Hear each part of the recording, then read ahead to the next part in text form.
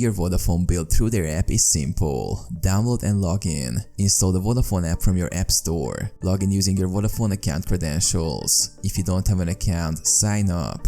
Access billing section. Once logged in, navigate to the billing or payment section. This might be labeled as My Bills or Pay Bill.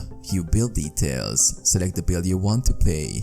The app will likely display your current bill amount and due date. Choose payment method. Select your preferred payment method. Vodafone apps often accept credit or debit cards, bank transfers, and sometimes digital wallets or direct carrier billing. Enter payment details. Input the necessary payment information, such as card details or bank account info. Some apps allow you to save payment methods for future use. Confirm payment. Review the payment details and the total amount. Confirm the payment and authorize it using your preferred security method. Receive confirmation. Once the transaction is successful, you will receive a confirmation within the app.